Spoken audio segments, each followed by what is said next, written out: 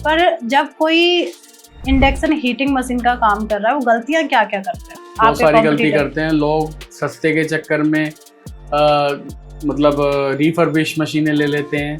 सस्ते के चक्कर में सिर्फ जिसमें कंट्रोल नहीं है, खाली हीटिंग हो रही है, ऐसी मशीनें ले लेते हैं। गलत गाइडेंस से ले लेते हैं, अपने नज़रिए से ले लेते हैं। लोग सिर्फ पैसा दे के करेंगे तो नहीं होता। परिवार जरूरी है या बिजनेस? आपको परिवार प्रेम देगा, आपको परिवार आपकी चीज़ों से बिल्कुल फ्री रखेगा, तो आप बिजनेस की तरफ ध्यान लगाएंगे और आप बिजनेस कर पाएंगे और बिजनेस अच्छा चलेगा। बिजनेस जरूरी है परिवार को पालने के लिए, और परिवार का सपोर्ट जरूरी है बिजनेस को आगे बढ़ाने के लिए। क्या दोनों बात, चीजें। बिल्कुल। गुरु जरूरी है या अंतरात्मा की आवाज? जीवन को सही डायरेक्शन में ले जाने के लिए गुरु का बहुत जरूरी है। वो आपको ज्ञान देगा, फॉलो आपने करना है। आपने अंतरात्मा की बात सुनोगे तो आप गुरु की तरफ जाएंगे। तो ध्यान और दौड़ किससे मिलती है शांति? तो देखिए, मैं तो एक जीवन में जानता हूँ, आपके हाथ में क्या है, कर्म करना। आप कर्म कीजिए, धन तो अपने आप आएगा। उसने ठेका लिया है। अरे वो ठेकेदार बैठा है, इतना बड़ा कॉन्ट्रैक्टर बैठा है, इतने लाखों करोड़ों लोगों को संभाल रहा है। मशीन जो है मसीहा है इंडस्ट्री के लिए। देखिए, पहले लोहार होते थे, वो कोयला जलाते थे, कोयले के ऊपर लोहे को गर्म करते थे, पूरे दिन में 5 पीस बनाते होंगे। पूरे दिन की वो हार्ड वर्किंग करते थे, पीटते थे, लोहे को गर्म करते थे। और आज मशीन से करेंगे तो मेरे ख्याल से 10 मिनट भी नहीं लगेंगे। जो आध्यात्मिकता है वो किसी किताब से सीखी जाती है या सिर्फ अनुभव से आती है? जब जीवन के अंदर थपेड़े लगते हैं और जीवन के अंदर जब उतार चढ़ाव आते हैं, और जब आदमी अपनों से दुखी हो जाता है और या उसका अपना दिमाग एकदम साइलेंट हो जाता है, तब उसको। नमस्कार मेरे प्यारे दोस्तों, आपका स्वागत है एक और नए एपिसोड में। मैं हूं आपकी होस्ट, आपकी दोस्त भारती। तो आज का पॉडकास्ट बहुत हटके होने वाला है, क्योंकि आज हम बात करेंगे बिना आग के चीजों को कैसे पिघलाया जाता है।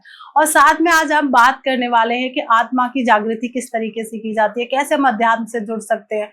बहुत कुछ हम आज जानने वाले हैं इस पॉडकास्ट में, क्योंकि आज हम बात करेंगे इंडक्शन हीटिंग मशीन के बारे में। वो किस तरीके से काम करती है, किस तरीके से कहाँ किस किस फील्ड में जाके काम करती है, क्या क्या उसके अंदर हमें ध्यान रखना चाहिए, कौन कौन से पार्ट्स होते हैं। तो आज का पॉडकास्ट बहुत बेहतरीन होने वाला है, क्योंकि आज आप घर बैठे इंडक्शन हीटिंग मशीन के बारे में जानने वाले हैं, वो किस तरीके से वर्किंग है। क्योंकि आज हमारे साथ इंडक्शन हीटिंग मशीन के किंग हमारे साथ मौजूद हैं, हमारे इस स्टूडियो में नवीन मल्होत्रा सर। तो स्वागत करते सर का। स्वागत है सर आपका। कैसे हैं सर आप? तो नवीन सर जी, इंडक्शन हीटिंग मशीन किस किस फील्ड में यूज होती है सर? ये बहुत सारे फील्ड हैं।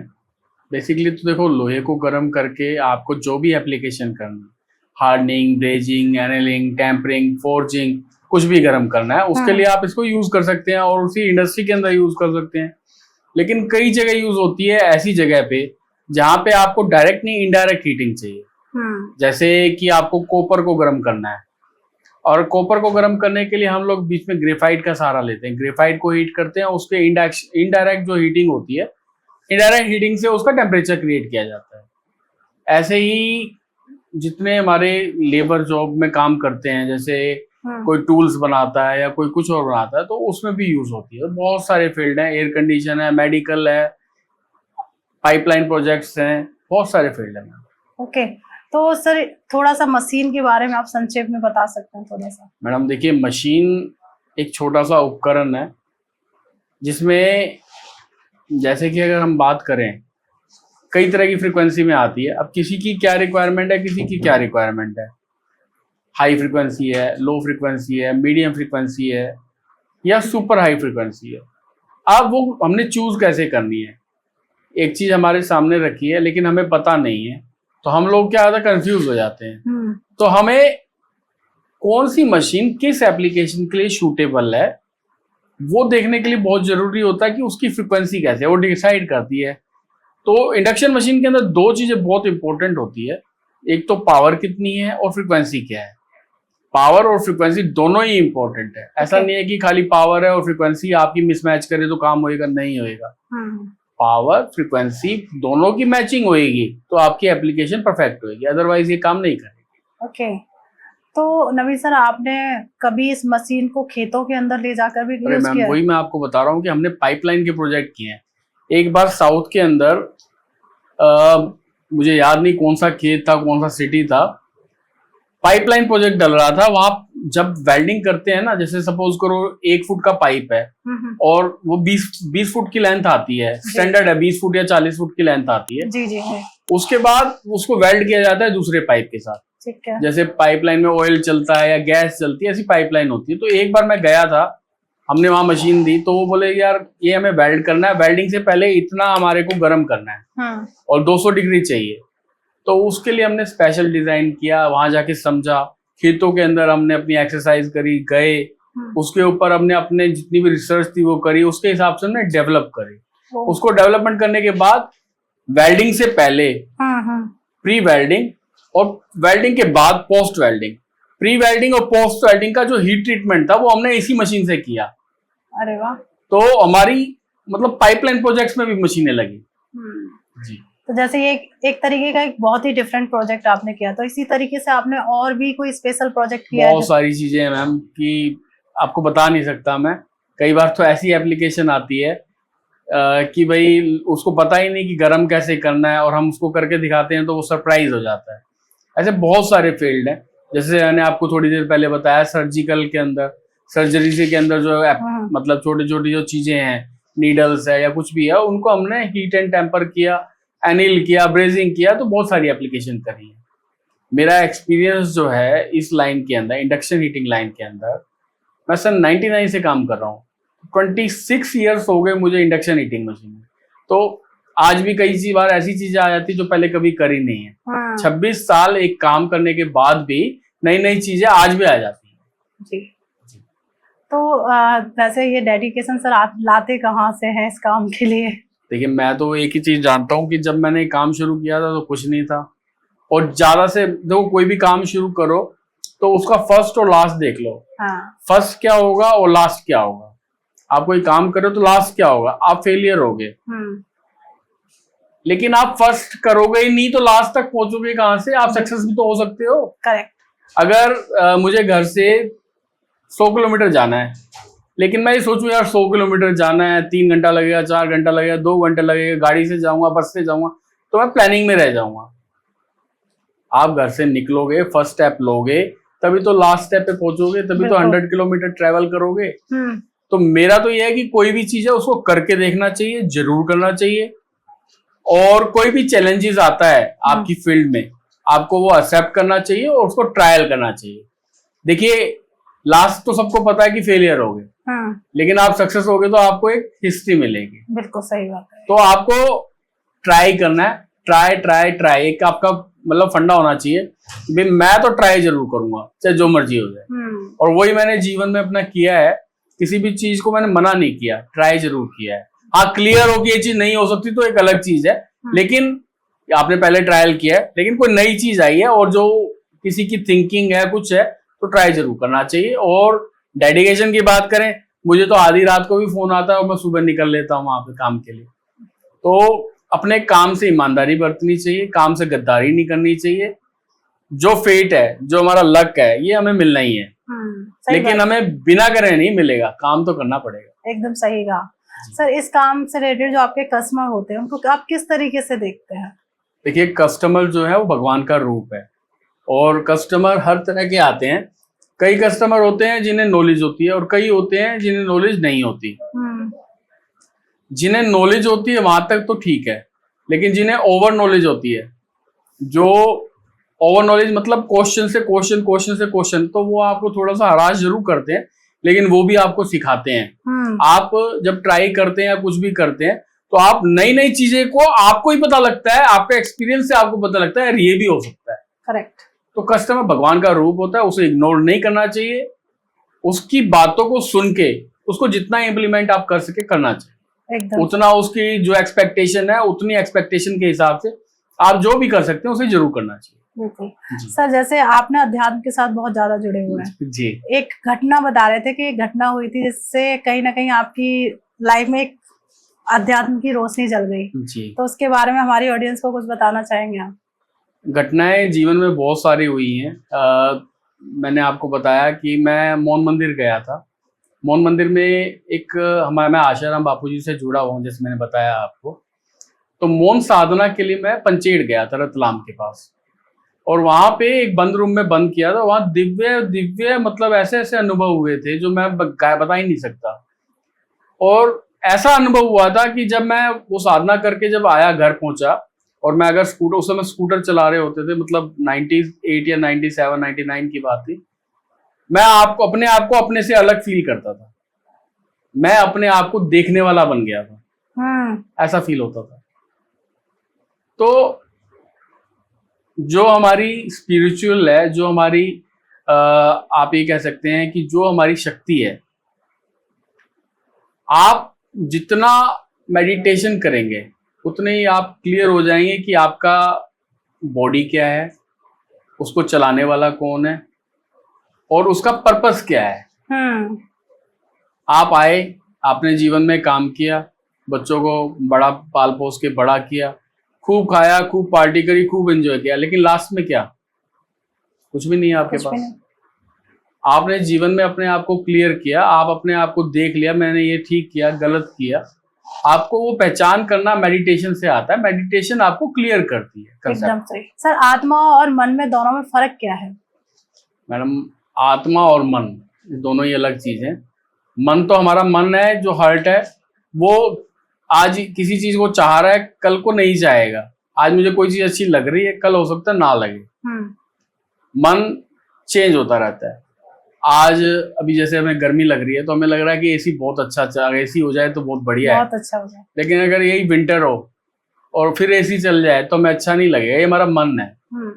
आत्मा एक शुद्ध आत्मा है, जिसने किसी का कुछ नहीं, वो एक आत्मा है, वो सिर्फ देखने वाली है, दृष्टा है। मन और आत्मा में ये फर्क है। मन जो है चलायमान है, आत्मा स्थिर है। क्या आध्यात्मिकता का मतलब यह है कि दुख से दूर भागना है, या दुख में रहते हुए भी दुख को समझना है? देखिए, दुखी तो सब लोग हैं।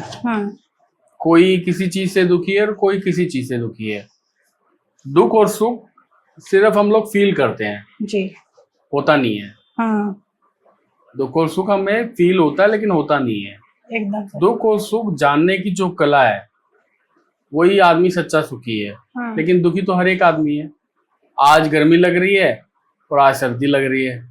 ये हमारी शरीर दुखी हो रहा है, हम दुखी नहीं हो रहे। सही बात। जो सिचुएशन आपके कंट्रोल में नहीं है, चाहे जीवन है, चाहे आपका व्यापार है, चाहे आपके कुलीग्स हैं, और चाहे आपका समाज है जिनके साथ आप रोज रहते हैं, जो चीजें आपके हाथ में नहीं है, जिस चीज को आप कंट्रोल नहीं कर सकते, उससे आप दुख के अंदर इन्वॉल्व हो जाते हो। बट आपको दुखी होने की जरूरत नहीं है, क्योंकि वो आपके कंट्रोल में नहीं है। अब कोई चीज मैं कर सकता हूं तो मैं अपने लास्ट तक ट्राई करूंगा, लेकिन कोई चीज मैं कर ही नहीं सकता तो वो मेरे हाथ में नहीं है। वहां पे आपको अपना संतोष करना पड़ेगा, और उसको संतोष में लाने की जो कला है वो आपको आनी पड़ेगी। दुखी तो सारे लोग जी। तो जो आध्यात्मिकता है वो किसी किताब से सीखी जाती है या सिर्फ अनुभव से आती है? जब जीवन के अंदर थपेड़े लगते हैं और जीवन के अंदर जब उतार चढ़ाव आते हैं, और जब आदमी अपनों से दुखी हो जाता है, और या उसका अपना दिमाग एकदम साइलेंट हो जाता है, तब उसको साक्षात्कार, तब उसको आत्म साक्षात्कार की तरफ आत्मा ले जाता है, अध्यात्म की तरफ आदमी को ले जाता है। वो परमात्मा ही है जो उसको खींच लेता है अपनी तरफ। जैसे आपने बात की थपेड़ की ऐसा कौन सा वो वक्त था जब आपको लगा कि मुझे अध्यात्म की तरफ जाना चाहिए? नहीं, मैं बचपन से ही इसी तरफ चलता आया हूँ, और मुझे अध्यात्म से मिला है, संतोष रहने की कला आई है। मैं गलत को बर्दाश्त नहीं करता और सही को मैं एक्सेप्ट करता हूँ, ऑलवेज एक्सेप्टेड। और गलत के लिए चाहे मुझे कितना ही चाहे सारी दुनिया एक साइड हो जाए, मैं उसके लिए लड़ पड़ता हूँ। गलत एक्सेप्ट नहीं करता और सही से झुकता नहीं, सही को एक्सेप्ट करता हूँ, चाहे मेरी गलती है। तो यही थपेड़ा है जो जीवन में आगे बढ़ाता है। एकदम सही कहा आपने। तो जैसे आप, थोड़ा सा पर्सनल सवाल है कि आप किसको ज्यादा मानते हैं? क्योंकि हमारे यहाँ तो बहुत देवी देवता हैं, पर सबसे ज्यादा आप किसे देवी देवता तो बहुत है हमारे, लेकिन कहीं आपको शांति मिलती है तो वहां आप ज्यादा जाते हैं। मैं बांके बिहारी मंदिर में जब बहुत जाता हूँ, और वहां जाके ही एक दिव्य अनुभव होने शुरू हो जाते हैं। तो मैं बिहारी जी का बहुत फॉलो करता हूँ। बिहारी जी को बहुत फॉलो करता हूँ। बिहारी जी की ऐसी कौन सी बात है जो आपको, मतलब ऐसी कौन सी जो घटना, बहुत सारे उनके रास लीलाओं को बताया जाता है, कोई ऐसी घटना जो आपके दिल को छू गई हो? नहीं देखिए, मैं बिहारी जी की रासलीला नहीं, मैं तो उनके चमत्कार को नमन करता हूँ। मेरी बिटिया जब बहुत छोटी थी, मतलब मैं पहले कहाँ कैसे गया वो बता रहा हूँ। मैं बहुत छोटी थी तो थोड़ा सा उसके एक पाँव में टेढ़ापन था, अच्छा। वो टेढ़ा चलती थी। तो एक ज्वेलर्स था, वो फॉलो करता था, तो वो बोला कि 5 बार मत्था टिका के लाओ, ये ठीक चलने लगेगी। तो मैं और मेरी धर्मपत्नी वहां गए, हम वहां स्टे किया और हमने 5 बार वहां पे मत्था टिकाया, और उसके बाद आज तक हम, कोई महीना नहीं होता होगा कि हम नहीं जाते। अरे और कभी कभार तो ऐसा होता है कि कोई मेरे को तकलीफ होती है या मन उसको सह नहीं पा रहा, तो हर हफ्ते भी चला जाता हूँ। और अगर मैं उस रास्ते को ट्रैवल कर रहा हूँ तो वहां जरूर रुक के दर्शन करके आता हूँ, वहां शांति मिलती है। बिल्कुल। तो आजकल ना वृंदावन लेकिन में मैं इसको एक बड़ा क्लियर करना चाहूँ कि लोग अगर अपने स्वार्थ के लिए कहीं जाएंगे तो उसे वहां ना कुछ दिखेगा, ना उसे कुछ प्राप्ति होगी। ये आपको अपनी आत्मा से, बिल्कुल शांत मन से, बिहारी जी कोई फोटो नहीं है, कोई प्रतिमा नहीं है, वो जीते जागते भगवान है। आप वहां जाके उसे अनुभव कर सकते हैं, और जो एक बार जाता है वो हर बार आपको थोड़े दिनों के बाद लगने लगा यार बहुत दिन हो गए, अपने आप को अपनी तरफ खींचता है। मुझे तो एक बहुत दिव्य अनुभव हुआ, बताना चाहता हूँ, पॉडकास्ट के अंदर ही बताना चाहता हूँ। जी जी जी। भागवत कथा कराई थी, मुझे किसी ने बताया था कि भागवत कथा पितरों की शांति के लिए कराई जाती है। इस चीज का मुझे ज्ञान थोड़ा था, ज्यादा नहीं था। और जब भागवत कथा होती है तो एक पित्र बनाए जाते हैं साइड में, वहां पे जो पंडित जी होते हैं वह खाने का भोग लगाते हैं और पूजा आरती करते हैं दोनों समय। तो 7 दिन की भागवत कथा होती है, 7 दिन वहां पे भोग लगाया जाता है। सुबह जितनी बार भी खाना बनता है वहां भोग लगाया जाता है, पितरों को नमन किया जाता है। तो जब हमने भागवत कराई तो हमने 6 दिन बहुत पूजा पाठ की, पितरों को पूजा किया, सब कुछ किया। 7वें दिन जब भोग डला, समाप्ति हुई, पूर्णाहुति हुई, तब उतनी भीड़ थी, एक्चुअली हवन भी हुआ और सारी चीज। 8वें दिन की बात करें, जिस दिन पूर्णाहुति हुई, और आगे हमने भंडारा चालू करा जनरल वाला। तो पता नहीं दिमाग से कैसे स्किप हुआ, पितरों को भोजन निकालना या पितरों को नमन करना। उस वक्त पितरों को जो भोजन दिया जाता है, सुबह का समय था, 8वें दिन पूर्णाहुति हुई, सब लोग अपने घर चले गए। जो पंडाल शामियाना लगा था सब, उसको सब समेटा गया, और जिसका जो भी लेना देना था सब किया गया। जब रात को मैं सोया तो रात के 2 या 2:30 बजे का समय था। बिहारी जी मेरे को सपने में आते हैं, कहते उठ। रात के 2:30 बजे या 3 बजे का समय, कहते उठ। मैं एकदम से चौंक के और डर के खड़ा हो गया। अब मैं खोल के देखी आके तो कुछ नजर नहीं आ रहा है। अब उस समय जिन्होंने हमारा किया था, भागवत कथा करी थी, जो देवी आई थी, वो भी हमारे घर में ही रात को विश्राम कर रहे थे। मैंने सोने की फिर भी कोशिश करी, तो 15 मिनट के बाद फिर बिहारी, उठ भाई, मुझे भूख लगी है, खाना क्यों नहीं देता है। अब मैं बड़ा हिलजुल के, मेरे ख्याल 3 बजे होंगे, दोबारा सोने की कोशिश करी होगी। तो उसके बाद मैं सो नहीं पाया, मैं बैठा रहा। सुबह उठ के जो देवी ने पूजा करी थी उनसे मैंने अपना पहला सवाल किया कि मुझे रात को ऐसे ऐसे बिहारी जी आए। एक बार आए, मैंने सोने की कोशिश करी आंखें खोल के, दोबारा कोशिश करी, लेकिन फिर बिहारी जी आए, कहते मुझे खाना दे। कहते बेटा तूने आखिरी दिन कल जब पूर्णाहुति हुई थी उसके बाद भोग लगाया था। फिर मैंने आंखें बंद करके याद करा तो मुझे लगा मैं भूल गया हूँ, और वाकई मुझे ऐसा लगा कि भूल गया हूँ। बोले 7 दिन लगा, 8वें दिन तू भूल गया। और उसी दिन बिहारी जी ने स्वयं आके रात से मेरे से भोजन मांगा, क्या खाना दे। मगर देवी अब बताओ, ये तो कुछ गलती हो गई, अनायासी हो गई, बिना चाहे हो गई, भूल गया आदमी है, इंसान है, इसका क्या किया जाए। बोले आप बिहारी जी जाइए, वहां पे जाके आप प्रसाद वगैरह, जहाँ पे जो भूखे बैठे हैं उनको खाना खिलाइए, उनको भोजन कराइए, दान दक्षिणा दीजिए, उससे आपका सब ठीक होएगा।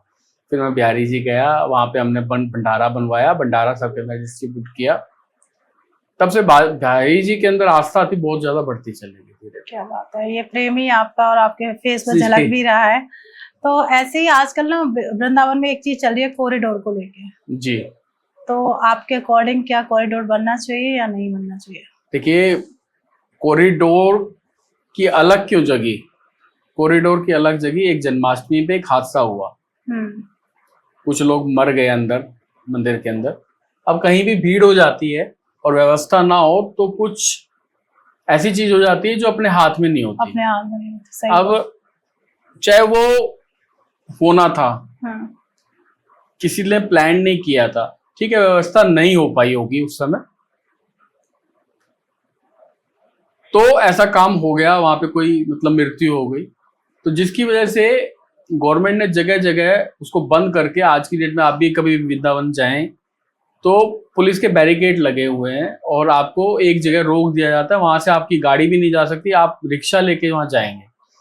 ई रिक्शा, इतने ई रिक्शा हो गए हैं, और आपकी गाड़ी पार्किंग वाले, अवैध पार्किंग वाले, वो आपसे वसूली करते हैं। जो आपने 1 घंटे में दर्शन करना, उसके लिए आपको 3-3, 4-4 घंटे लग जाते हैं। अब जो वृंदावन जाते हैं ना, वो 2 तरह से जाते हैं। एक तो जाते हैं धार्मिक भाव से, और कई लोग जाते हैं जो खाली फोटो और रील बनाने जाते हैं। ये रियलिटी है। करेक्ट, इस बात से मैं agree हमारा ट्रैवल, अगर हम वृंदावन जा रहे हैं तो वो कोई घूमने की जगह नहीं है, वो एक धार्मिक जगह है। आप नमन करने जा रहे हो, आप अपना वीकेंड मनाने नहीं जा रहे। वहां पे लोग जाते हैं वीकेंड मनाने के लिए। और जो ये कॉरिडोर बन रहा है, ये ट्रैवल प्लेस में कन्वर्ट करने के लिए बन रहा है। वृंदावन एक धार्मिक जगह है, ट्रैवल की जगह नहीं है। सही बात है। ट्रैवल करने के लिए तो आप गोवा चले जाइए, आप कहीं भी चले जाइए। सही बात है सर।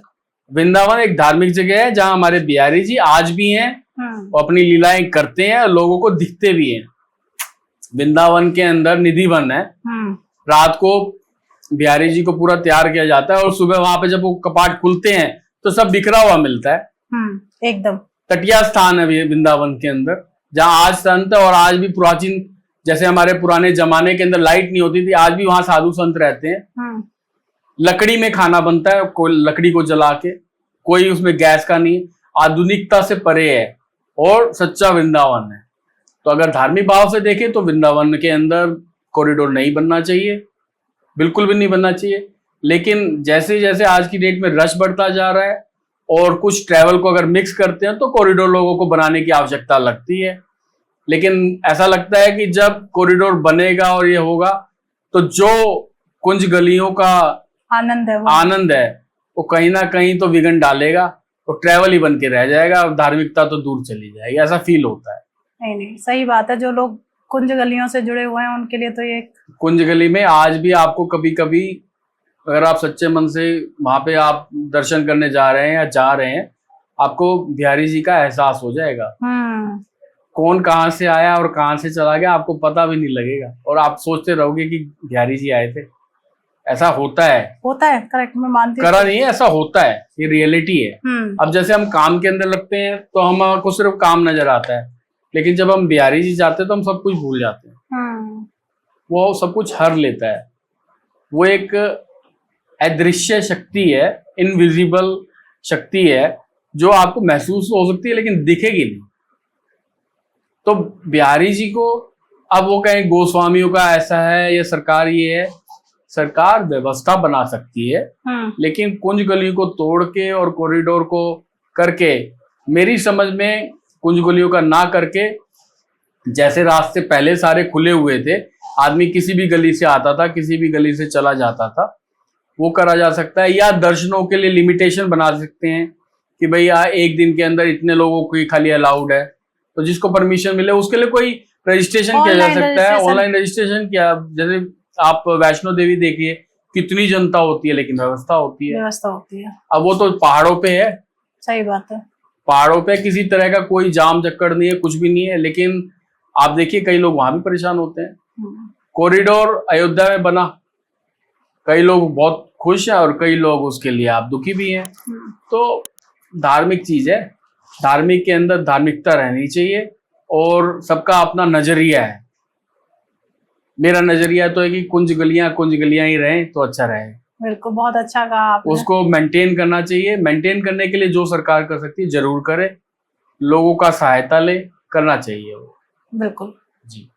बहुत अच्छा लगा कि कहीं ना कहीं जो जुड़ाव है, धार्मिकता है, वो हर किसी के अंदर होनी चाहिए।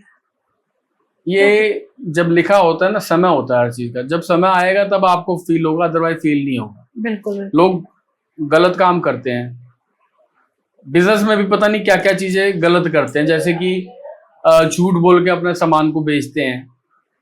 आप कहीं ना कहीं धोखा किसी और को नहीं, अपने को ही दे रहे हो। और जो हम बोते हैं वही वापस आता है। ये प्रैक्टिकल है कि मैंने आपको पुराने पॉडकास्ट में भी बताया था, मेरा ऐसे एक्सीडेंट हुआ था, मैं रिकवर हुआ। तो कहीं ना कहीं हमारे जो अच्छे करे हुए काम है, चाहे आप पोलाइट हैं, चाहे आप कोई दान धर्म करते हैं, कुछ भी करते हैं, आपका वो वापस आता है। जितने ईमानदारी से आप जिंदगी को जिएंगे उतनी ईमानदारी आपको वापसी मिलेगी। बिल्कुल। और धार्मिकता के आगे कोई इफ एंड बट नहीं है, आप उसको कोई साइंस नहीं ले सकते, वो धार्मिकता है। बिल्कुल। वो आपको अनुभव होगा। मुझे तो जिंदगी में बहुत अलौकिक हुए, तो व्यापार को और इसको मैं अलग नहीं समझता। व्यापार करने का एक तरीका है, उस तरीके को आप तभी सीख सकते हैं जब आप धार्मिकता से झुकाव होगा आपका धार्मिकता की तरफ, अदरवाइज नहीं। तो सर आप तैयार हैं? क्योंकि बहुत अच्छा लगा, आज हमने आपके व्यापार के बारे में भी जाना और आपकी आध्यात्मिकता के भी बारे में जाना। देखिए, जीवन जो है ना खाली व्यापार नहीं है, जीवन अच्छे से जीने की कला है। वो कला सबको नहीं आती, वो कला सबको आ भी नहीं सकती। जितना आप डाउन टू अर्थ होंगे, संतों को नमन करेंगे, धार्मिकता की तरफ झुकाव करेंगे, आपका स्वभाव उसी अनुरूप हो जाएगा, आप कूल हो जाएंगे और आपको जीवन जीने की कला आ जाएगी। सुख और दुख से परे मिल जाओगे आप। बिल्कुल, वही इम्पोर्टेंट है। बिल्कुल। तो कुछ ऐसे सवाल हैं जो कुछ हमारे आपके व्यापार से जुड़े हुए हैं, कुछ अध्यात्म से जुड़े हुए हैं, जिन्हें हम रैपिड फायर बोलते हैं। तो आपके साथ थोड़ा सा रैपिड फायर कर लिया जाए। जरूर मैम। आग के बिना गर्मी जादू है या विज्ञान? आग के बिना गर्मी जादू भी है और विज्ञान भी है। कैसे? विज्ञान, अगर आग के बिना, जैसे हम लोहे को गर्म कर देते हैं, बिना आग के गर्म कर देते हैं, तो गर्मी पैदा हो जाएगी। और ऐसे ही आप राजस्थान में रेगिस्तान में चले जाएंगे तो वहां पे जादू हो जाएगा, वहां तो कुछ भी नहीं है। जादू भी है, विज्ञान भी है, आपके सोचने की शक्ति के ऊपर डिपेंड करता है। कॉइल जरूरी है या कंट्रोल सिस्टम? सही ढंग से कॉइल भी जरूरी है कि मेरे को अगर ये गर्म करना है तो कैसी कॉइल बनानी है, उसका डिजाइन बहुत इंपॉर्टेंट है। और उसको कंट्रोल करने के लिए कंट्रोल पैनल भी बहुत जरूरी है। दोनों चीज की इंपॉर्टेंस है, एक चीज से काम नहीं चलेगा। आप मशीन जो है मसीहा है इंडस्ट्री के लिए?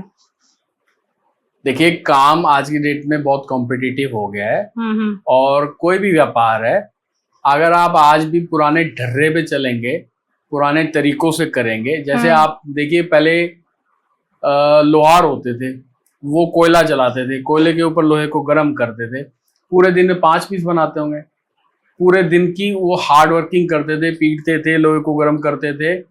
और आज मशीन से करेंगे तो मेरे ख्याल से 10 मिनट भी नहीं लगेंगे। बिल्कुल। तो 10 घंटे इक्वल टू 10 मिनट हो गया, तो इसका क्या मतलब है? मशीन सब कुछ है, लेकिन मशीन बनाने वाला भी इंसान है। करेक्ट। तो सबसे ज्यादा ताकतवर कौन है, बिजली या गैस? बिजली और गैस दोनों ही बहुत ताकतवर हैं। कैसे? गैस, थोड़ा सा मजाकिया बात करूं, किसी को पेट में गैस हो जाए तो सबसे परेशान हो जाता है। सही बात है। और बिजली अगर ना रहे तब भी परेशानी है। दोनों की अपनी जगह पे अपने समय पे इम्पोर्टेंस है। तो क्या फ्यूचर है, future induction heating machine future में खाना भी बनाएगी? आज भी बनाती है। इंडक्शन स्टोव आते हैं, आज भी बनाते हैं। अभी तो ये होगा कि आने वाले समय में ऐसा हो और वैसा होने लगेगा, ऐसा हो भी रहा है। आज की डेट में आप कुछ सोच रहे हो या कहीं गलती से आपने मोबाइल पे कहीं कुछ खोल दिया, इंस्टाग्राम, फेसबुक, व्हाट्सएप, कहीं भी चले जाओ, यूट्यूब चले जाओ, वही दिखेगा आपको। वही जो आपने सोचा है या कहीं गलती से एक बार क्लिक हुआ है, आपको एडवर्टाइजमेंट भी वही आने लगेंगी सारी के सारी। तो हाथ का हुनर बचेगा या मशीन ले जाएगी? हाथ का हुनर हमेशा बचेगा। हाथ का हुनर होगा तो चाहे भूकंप आ जाए, चाहे आप जंगल में आपको छोड़ दिया जाए, हाथ का हुनर होगा तो आप सरवाइव कर जाएंगे। मशीन आपको सरवाइव नहीं करा सकती। हाथ का हुनर बहुत इंपॉर्टेंट है। बिल्कुल एकदम सही कह रहे हैं आप। अगर मशीन खुद सीखने लगे तो इंजीनियर बनना बंद हो जाएंगे। अरे मशीन को तो हम सिखाते हैं ना भाई, ऐसा ऐसा करो, लॉजिक डालते हैं, तभी तो वो चलती है। बिल्कुल, आजकल लोग रोबोट बना रहे हैं ना। रोबोट बना रहे, रोबोट बन जाते हैं, कोई ऐसी बड़ी बुरी बात नहीं है, लेकिन रोबोट की प्लानिंग कौन करता है? वो भी तो इंसान ही करता है। बिल्कुल, उसकी इंसान का हाथ का हुनर है तो वो रोबोट बना पाता है। करेक्ट। रोबोट तो रोबोट को नहीं बना सकता। पूजा जरूरी है, सच्चा मन। आपके सवाल अब डेंजरस होते हैं। सच्चा मन जरूरी है। अगर आपका मन सच्चा होगा तो कहते हैं कटौती मन में- चंगा तो कटौती कटौती में में गंगा। मन चंगा होगा तभी तो कटौती में गंगा होगी। सही बात है। तो इसीलिए सच्चा मन बहुत जरूरी है। तो बाहर मंदिर जाना जरूरी है, घर में ही मंदिर है? मंदिर जाओ, घर में जाओ, वहां जाओ, वो आपके दिमाग को एक तरफ डाइवर्ट करने के लिए काम में आता है, लेकिन आपको शांत होकर मेडिटेशन करनी चाहिए, ध्यान करना चाहिए, और आपको अपने आप के ऊपर समझने के लिए वर्क करना चाहिए कि मैं ये काम कैसे कर रहा हूँ, उसका क्या इम्पैक्ट होगा, क्या लोग सोचेंगे, क्या है क्या नहीं। आपको पता है मैं व्यापार करता हूँ तो क्या सोचता हूँ, क्योंकि मैं भी मीटिंग्स के लिए जाता रहता हूँ, कभी किसी कस्टमर के पास, कभी किसी के पास, कभी कोई प्रोफेशनल मिलता है, कोई फ्रेंडली मिलता है, हर एक तरह के लोग मिलते हैं। तो जब मैं कुर्सी के सामने बैठता हूँ तो मेरी थिंकिंग रहती है कि वो मेरे बारे में क्या सोच रहा होगा। ऑपोजिट चेयर के ऊपर जो बंदा बैठा है मैं उसको अपनी जगह रख के सारा फील करता हूँ और उसके हिसाब से चलता हूँ। करेक्ट। ये चीज है। तो ध्यान और दौड़ किससे मिलती है शांति? ध्यान से मिलती है। ध्यान से। ध्यान से आप करेंगे तो वो आपका ख्याल रखेगा। आप धन का ख्याल नहीं रख सकते, ध्यान ही आपका ख्याल रख सकता है। अगर आपने अपने आप को, देखिए मैं तो एक जीवन में जानता हूँ, आपके हाथ में क्या है, कर्म करना। आप कर्म कीजिए, धन तो अपने आप आएगा। उसने ठेका लिया है। अरे वो ठेकेदार बैठा है, इतना बड़ा कॉन्ट्रैक्टर बैठा है, इतने लाखों करोड़ों लोगों को संभाल रहा है, तो वो आपको संभालेगा ना, धन भी देगा, सारी चीजें करेगा। बिल्कुल बिल्कुल। तो आत्मा अमर है या अनुभव? अनुभव अमर है। आपका जो अनुभव वो आपके लिए अमर है। आत्मा तो अमर है ही। धर्म और या अध्यात्म दोनों में फर्क क्या है? धर्म और अध्यात्म दोनों के अंदर फर्क क्या है? अध्यात्म आदमी को एक न्यूट्रल करके शांति की तरफ लेके जाता है। धर्म, बहुत सारे धर्म है, हर एक लोगों का अपना अपना मत है, लोग अपने अपने माइंडसेट के हिसाब से चलते हैं, वो उनका धर्म है। हिंदू धर्म भी है, मुस्लिम धर्म भी है, और ईसाई धर्म भी है। लेकिन अगर आप, वो कहते हैं रास्ते अनेक पर है एक ही, तो वो चीज है। अब इसका मैं छोटा सा एग्जांपल दूंगा कि रात को अगर आप चांद की रोशनी में कभी छत पे जाएं और आप अपने पास 10 गिलास लेके जाएं और 10 गिलास के अंदर अलग अलग कलर का पानी लेके जाएं। एक दो बोतल पड़ी है, इसमें ग्रीन कलर का पानी है, उसमें व्हाइट कलर का पानी, कलर मिक्स किया हुआ है। जब आप रोशनी देखेंगे चांद की, उनके अंदर, पानी के अंदर, चाहे 10 गिलास है, चाहे 5 गिलास है, डिफरेंट गिलास है आपके पास, कलर भी डिफरेंट है, आपको वो चांद अलग अलग प्रतीत होगा। हाँ। किसी में कैसा दिखेगा, किसी में कैसा दिखेगा, किसी में रंग अलग दिखेगा, किसी में अगर वो जो वेसल है उसकी शक्ल अलग है तो वो भी अलग दिखेगी, लेकिन है तो वो एक ही, वही चांद है, एक ही चांद है, उसके रूप अलग हो जाएंगे। बिल्कुल। गुरु जरूरी है, अंतरात्मा की आवाज? गुरु और अंतरात्मा, बहुत अच्छा सवाल किया आपने। जीवन को सही डायरेक्शन में ले जाने के लिए गुरु का बहुत जरूरी है। वो आपको ज्ञान देगा, फॉलो आपने करना है। आपने अंतरात्मा की बात सुनोगे तो आप गुरु की तरफ जाएंगे, और गुरु की तरफ आपने अपने आप को समर्पित कर दिया तो वो आपको कभी गलत जगह नहीं लेके जाएगा, अच्छी जगह ही लेके जाएगा। बिल्कुल। अपने आप से मिलना आसान है या मुश्किल? अपने आप से मिलना आसान है। जब 5 मिनट आंखें बंद करो तो अपने आप से मिल लोगे। अभी कई बार मन आता है कि चलो ये उससे मिलने, आपको थोड़ा यत्न करना पड़ेगा, जाना पड़ेगा। अपने आप से मिलने के लिए तो 1 मिनट आंख खाली बंद ही करनी है, अंतर ध्यान मारना है। बिहारी जी से मिलना आसान है या राधा रानी से? राधा रानी की कृपा होगी तो बिहारी जी से मिलोगे, उनकी कृपा जरूरी है, तभी बिहारी जी के दर्शन कर पाओगे। तो मुश्किल कौन है? मुश्किल तो कुछ भी नहीं है, आपके सोचने की शक्ति मुश्किल है, जो आपको सिचुएशन के हिसाब से कहती है पता नहीं वो फोटो है या मंदिर है या भगवान है। मुश्किल वो नहीं है। मुश्किल तो ये है कि आप उसको सोचते कैसे हो, उसका नजरिया क्या है। कई लोग तो प्रतिमा होती हैं, कई लोग खाली वहां पे कचौड़ी खाने जाते हैं, कई लोग वहां की ब्रिज की लस्सी पीने जाते हैं, और कई सिर्फ दर्शन करने जाते हैं। बिल्कुल जी। परिवार जरूरी है या बिजनेस? देखिए परिवार आप सवाल डेंजरस करते जा रहे हो। देखिए परिवार बहुत जरूरी है। परिवार का साथ होगा आपके साथ, आपको परिवार प्रेम देगा, आपको परिवार आपकी चीजों से बिल्कुल फ्री रखेगा, तो आप बिजनेस की तरफ ध्यान लगाएंगे और आप बिजनेस कर पाएंगे और बिजनेस अच्छा चलेगा। बिजनेस जरूरी है परिवार को पालने के लिए, और परिवार का सपोर्ट जरूरी है बिजनेस को आगे बढ़ाने के लिए। क्या दोनों चीजों की। बहुत खूबसूरत जवाब दिया है जी। मुझे लगा नहीं था कि इस तरीके का आप जवाब देंगे, बहुत मजा आ गया सुनते ही। तो सर रैपिड फायर का तो हमारा जो गेम है वो हम यहीं स्टॉप करते हैं। ठीक है। पर जब कोई इंडक्शन हीटिंग मशीन का काम कर रहा है, वो गलतियां क्या क्या करते हैं? बहुत सारी गलती करते हैं लोग। सस्ते के चक्कर में मतलब रिफर्बिश मशीनें ले लेते हैं। सस्ते के चक्कर में सिर्फ जिसमें कंट्रोल नहीं है, खाली हीटिंग हो रही है, ऐसी मशीनें ले लेते हैं। गलत गाइडेंस से ले लेते हैं, अपने नजरिए से ले लेते हैं, गलत फ्रीक्वेंसी ले लेते हैं, पावर कम ले लेते हैं, काम ज्यादा करना होता है। तो गाइडेंस की जरूरत होती है, और सही आदमी से मशीनें लेनी चाहिए, ऐसे नहीं लेनी चाहिए। टेक्निकली जो साउंड हो, जिसे नॉलेज हो पूरी, उन्हीं से लेनी चाहिए। भी क्या फ्रीक्वेंसी चाहिए, क्या पावर चाहिए, क्या क्या कंट्रोलिंग है, वो सब जरूरी है। लोग सिर्फ पैसा दे के करेंगे तो नहीं होता। ओके तो सर इंडक्शन हीटिंग मशीन का फ्यूचर क्या है? बहुत बड़ा फ्यूचर है मैम। आज की डेट में देखा जाए तो इंडस्ट्री बढ़ती ही जा रही है, और जैसे जैसे इंडस्ट्री बढ़ती जा रही है फील्ड भी खुलते जा रहे हैं।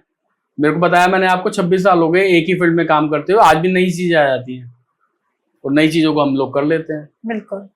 तो सर अब भैया एंड की तरफ है हम लोग। हमारी जो ऑडियंस है, पहले तो उन्हें थैंक यू सो मच, आप हमें यहाँ तक देख रहे हैं, और बहुत अच्छी बात है कि आपने बड़े एंजॉय के साथ ये पॉडकास्ट देखा है। पर फिर भी एक ऑडियंस का रहता है कि नवीन सर कोई एक लास्ट मैसेज हमारी ऑडियंस को आप देना चाहेंगे? अच्छा करो, अच्छा होगा। Do good, be good, always good. Right. और thank you so much Naveen sir, आज मजा आ गया आपसे ना रैपिड फायर का गेम खेलते हुए ना। बहुत कुछ सीखने को भी मिला जी। कि उम्मीद नहीं थी कि कोई इस तरीके से आंसर कर सकता है, पर आपने बड़े तहे दिल से और मतलब मुझे संतुष्ट कर दिया अपने आंसर से। देखिए मैं कोई पेपर देने तो आया नहीं था, आपने मुझे पॉडकास्ट के लिए बुलाया, तो जो आपने पूछा मैंने वो जवाब दिया, और वो मेरे एक्सपीरियंस से और मेरी निजी जिंदगी से है। बिल्कुल। अब मुझे कोई पेपर दे के नंबर तो लेने नहीं है।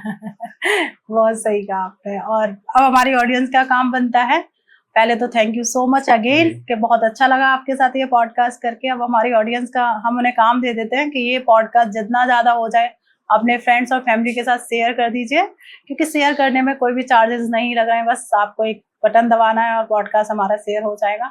और जो भी सवाल है, बहुत सारे ऐसा होगा कि हमने अध्यात्म से जुड़े हुए सवाल बहुत स्टार्ट ही किया था, बहुत अच्छा लगा सर के साथ करके, पर आपके मन में बहुत सारे सवाल इंडक्शन हीटिंग मशीन से रिलेटेड हों, या फिर आपके बहुत सारे सवाल अध्यात्म से रिलेटेड हों, तो उन्हें वेस्ट मत जाने दीजिए। आपके हाथ में फोन है, आप टाइप करिए, आप हमें क्वेश्चंस भेजिए, उसका आंसर सर की टीम मेरा चैनल है, मेरा फोन नंबर है, कांटेक्ट कर सकते हैं। और किसी भी तरह की इंडक्शन हीटिंग मशीन की कोई इंक्वायरी है, रिक्वायरमेंट्स हैं, तो आप नई नई चीजें हम अपलोड करते रहते हैं अपने चैनल पे, वहां से भी देख सकते हैं और कॉल भी कर सकते हैं। बिल्कुल। कुछ भी आपको समझ में नहीं आ रहा है तो स्क्रीन पर सर का यूट्यूब अकाउंट, इंस्टाग्राम अकाउंट और कॉन्टेक्ट नंबर शो हो रहा है। अगर आप लगता है कि शो नहीं हो रहा है, आप डिस्क्रिप्शन में जाइए, वहां पे आपको पूरी डिटेल मिल जाएगी। जो भी आपकी क्वेरी है आप सर को कॉल कर सकते हैं, मैसेज कर सकते हैं, मेल कर सकते हैं, आपको आंसर डेफिनेटली मिलेगा ही मिलेगा। और प्लीज चैनल को सब्सक्राइब कर लीजिए, क्योंकि सब्सक्राइब करने में भी कोई चार्जेस नहीं लगते हैं और बहुत कुछ आपको सीखने को मिलता है चैनल के द्वारा। तो मिलते हैं एक नए एपिसोड में, जब तक आप अपने घर में स्वस्थ रहें, मस्त रहें। राधे राधे। जय श्री राधे।